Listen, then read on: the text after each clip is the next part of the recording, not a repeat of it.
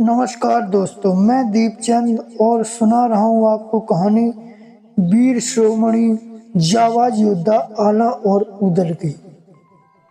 राजकुमारी विजय सेना योगियों को लेकर दुर्ग दिखाने के लिए निकल पड़ी।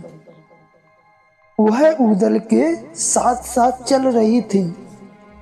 पूरा दुर्ग दिखाने के बाद राजकुमारी दुर्ग की सुरंग के पास पहुंच गई और वहां पहुंचकर वह धुंध में पड़ गई। उसने मन ही मन सोचा कि इन योगियों को दुर्ग का गुप्त रास्ता सुरंग दिखाई जाए या नहीं। एक तरफ माँ का आदेश और दूसरी तरफ राज्य की सुरक्षा का प्रश्न। उदल ने राजकुमारी के हाव भाव से यह समझ लिया था कि राजकुमारी विजय सेना कुछ छुपा रही है। उदल ने बड़ी ही दृढ़ता से राजकुमारी को समझाया, अलख निरंजन, हमें ज्ञात हो रहा है कि आप हमसे कुछ छुपा रही हैं राजकुमारी। देखिए, आपको रानी माँ ने आदेश दिया है कि आप हमें इसकी पूरी परिक्रमा करवाएंगे। हम योगी हैं, अगर आप ऐसा नहीं करेंगी तो हम श्राप दे देंगे और न तब तुम्हारा ये दुर्ग बचेगा राजशाही। तब राजकुमारी ने बोला कि आप क्या सोचते हो? अगर आपने राजमाता को अपनी बातों में उलझा लिया है तो हम भी आपके इन भुलावे में नहीं आ जाएंगे। तुम योगी नहीं, भोगी हो। तुमने मांडव राज के साथ धोखा किया है। मैं जानती हूँ तुम महोबा के वीर उदल हो।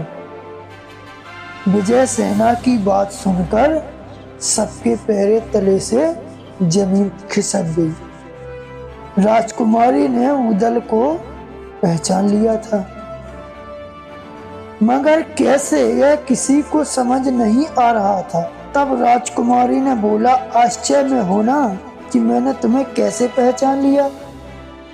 याद करो, जब से महाराज की बेटी का विवाह हुआ था तब तुम बारातियों में थे। तुम्हारी वीरता की कहानियां मशहूर हो चुकी थीं। बारातियों के साथ तुम केसरिया पाग पहनकर बेंदला घोड़े को नचाते हुए आगे बढ़ रहे थे। तभी मेरी सहेलियों ने मुझे बता दिया था कि तुम महोबा के वीर उदल हो। लेकिन अब मुझे यह बात समझ में नहीं आती कि इतने महान वीर को पीठ पर छुरा घोंपने जैसी इस कायरतापूर्ण परंपरा की रचना क्यों करनी पड़ी। यह कहकर राजकुमारी विजय सेना ने अपनी तलवार निकाल ली। उदल ने बड़े ही शांत भाव से राजकुमारी को समझाया, राजकुमारी कार नहीं है। आपके पिता ने धोखे से हमारे पिता और चाचा को मार उनकी थपड़ियां यहाँ पेड़ पर टांग दी हैं। पर बड़े सूरवीरता थी। जब तक हम अपने पिता और चाचा की मृत्यु का प्रतिशोध नहीं ले लेते तब तक न उनकी आत्मा को शांति मिल पाएगी न हमारे कलेजे को। आप चाहें तो अभी अपने पिता को हमारे बारे में बता सकती हैं। हम भागेंगे नहीं, लेकिन प्रतिशोध लेकर रहेंगे।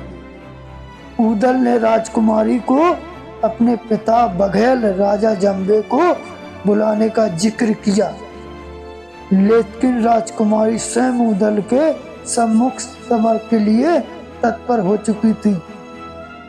तभी उदल को धर्म युद्ध के नियम याद आ गए। दोनों ने तलवारें निकाल ली और युद्ध छिड़ गया।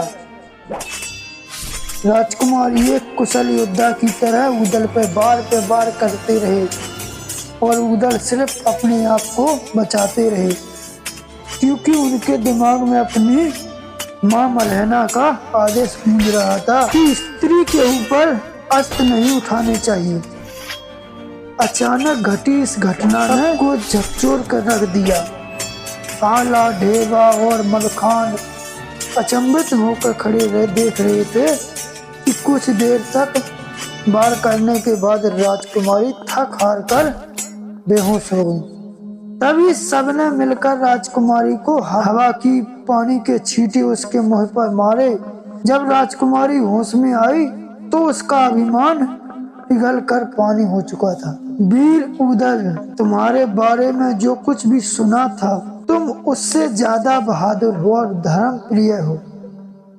यह सत्य है कि मेरे पिता ने तुम्हारे पिता के साथ अधर्म युद्ध किया था, लेकिन तुम्हें धर्म युद्ध की भली भांति ज्ञान है, इसलिए तुम्हारे इस युद्ध में अब मैं तुम लोगों के साथ हूँ। अब मैं जो कहने जा रही हूँ उसे ध्यान से सुनो। यह जो सामने दीवार है उसके पीछे एक सुरंग है जो यहाँ से कोसों दूर है। कोसों दूर बबूरी वन में निकलती है। यह दुर्ग सब तरफ से इतना सुरक्षित है कि किसी और रास्ते से यहाँ प्रवेश करना तुम लोगों के लिए शायद नामुमकिन हो। और सुरंग का दूसरा रास्ता मुँह बाबरी वन में खुलता था। बाबरी वन यानी बबूल के जंगल, जहाँ महोबा के सैनिकों ने अपना पड़ाव डाला था। यह भेद खुलने के साथ ही महोबा के वीरों ने युद्ध जीतने की सबसे महत्वपूर्ण चाबी हासिल कर ली। इस युद्ध का परिणाम क्या होगा? क्या महोबा के 5 वीर महोबा को खोई प्रतिष्ठा को पुनः प्रतिष्ठा कर पाएंगे? दोस्तों, सुनाएंगे आगे की कहानी अगले भाग में। तब तक हमारी वीडियो को लाइक कीजिए, चैनल को सब्सक्राइब कीजिए। फिर मिलते हैं नेक्स्ट वीडियो में। धन्यवाद।